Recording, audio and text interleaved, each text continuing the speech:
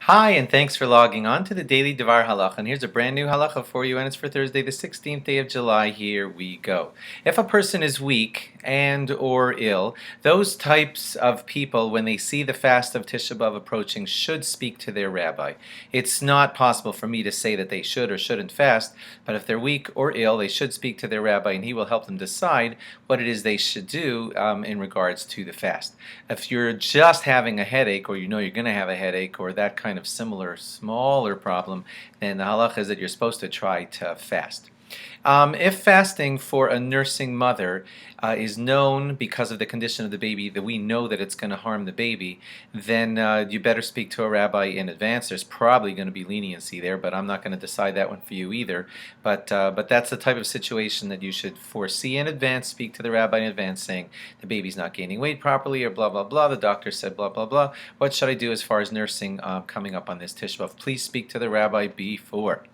If a person has been told by his doctor and or rabbi that it's going to be dangerous for him to fast, then he is prohibited from fasting. Okay, let me repeat that. If it's dangerous for you to fast, then you're not allowed to just say, okay, I'll go for it.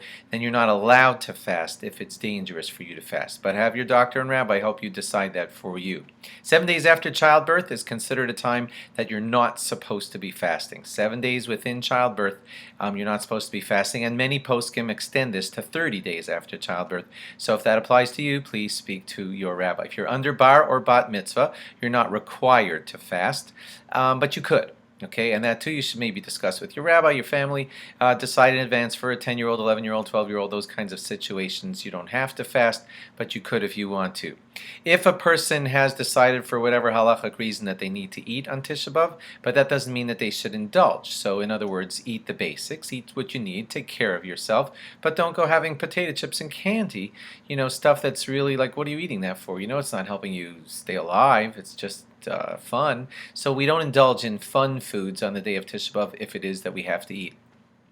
If a person has to eat on this Tisha B'Av, which remember followed directly after Shabbos, and Havdalah was not fully recited at the end of Shabbos, then Rab Shimon Eider says that that person should say a bare minimum Havdalah just before he starts eating, and that would be like the bracha of on beer, ashahakol, and then the bracha of hamavdil for that person who is eating, who has to eat on the day of Tisha B'Av. Everybody else should be trying to fast on the day of Tisha B'Av. Thanks for logging on.